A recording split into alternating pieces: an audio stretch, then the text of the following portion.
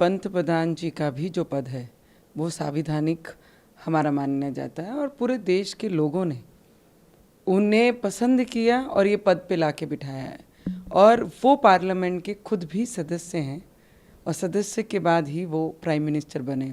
तो मुझे लगता है जैसे हम मेंबर ऑफ पार्लियामेंट अपने क्षेत्र में जाके अपने अधिकारों को हम जाके उस पर काम करते हैं, तो ये भी वो सदस्य होने के नाते और देश के प्राइम मिनिस्टर होने के नाते और 130 करोड़ जनता ने हमारे पीएम साहब को चुन के यहाँ तक भेजा है।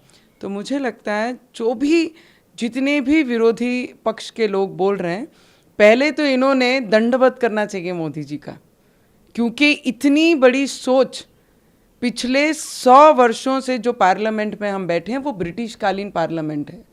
आज तक इतनी सरकारें आई और इतनी सरकारें गईं, पर किसी के भी बुद्धि में ये नहीं आया कि नया पार्लियामेंट बनना चाहिए और आने वाले 100 वर्षों के जो विस्तार होंगे, अलग जिले बनेंगे, डिस्ट्रिक्ट्स बनेंगी और मेंबर ऑफ पार्लियामेंट चुन के आएंगे, तो उनके लिए व्यवस्था कहाँ होगी।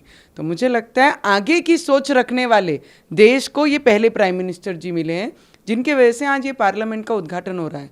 पूरे वर्ल्ड में आज ये पहला हमारा देश है जहाँ पर 2 सदन, 2 पार्लियामेंट हमें मिल रही हैं, एक पार्लियामेंट। और हम जैसे नए पार्लियामेंटेरियन को तो बहुत बड़ा सौभाग्य है जो हमारे नरेंद्र मोदी जी ने, पीएम साहब ने हम लोगों को दिया है कि पुराने पार्लियामेंट को भी और नए पार्लियामेंट में भी आने का जो अवसर दिया, उसके लिए हम जैसे पार्लियामेंटेरियन और ये देश के सभी वासी बहुत खुश हैं। आज तक ब्रिटिश लोगों के हाथ से जो बना हुआ पार्लियामेंट था, उनकी सोच जो थी उस तरीके से जो पार्लियामेंट बना था, आज तक हम उसमें बैठते आए। पर आज हमारे इंडियन विचारधाराओं को लेके, हिंदुस्तानी विचारधाराओं को लेकर जो आगे बढ़ते हैं, ऐसे टाटा की कंपनी और हमारे देश के प्राइम मिनिस्टर जी के विचारों से ये नया पार्लियामेंट बना है।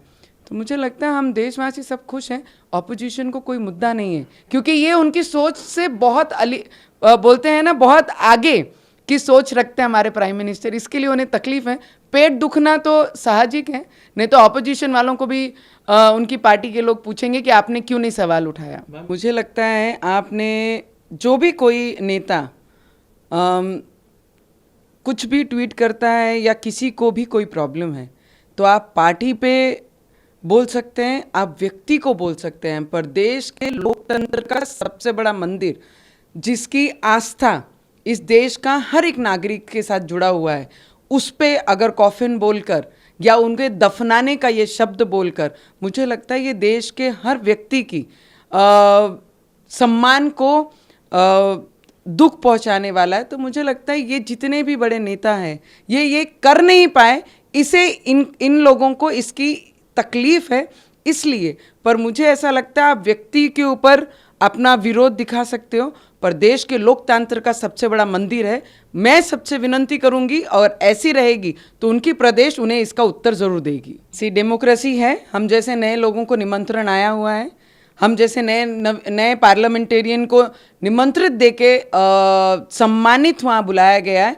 मैं विपक्षी लोगों को भी, जितने भी ऑपोजिशन में, उनको ये सवाल पूछना चाहूँगी, आज आपने बॉयकॉट किया है, कल जाकर आप पार्लियामेंट में पैर कदम रखोगे नहीं क्या? आप नहीं रखोगे तो कह दो कि सिर्फ हम इलेक्शन लड़ेंगे और लोगों के आवाज़ बनकर वो पार्लियामेंट में पैर कदम नहीं रखेंगे क्योंकि ये मोदी जी ने बनाया है, मोदी जी ने इसका उद्घाटन किया है, या तो ऐसा कह दो।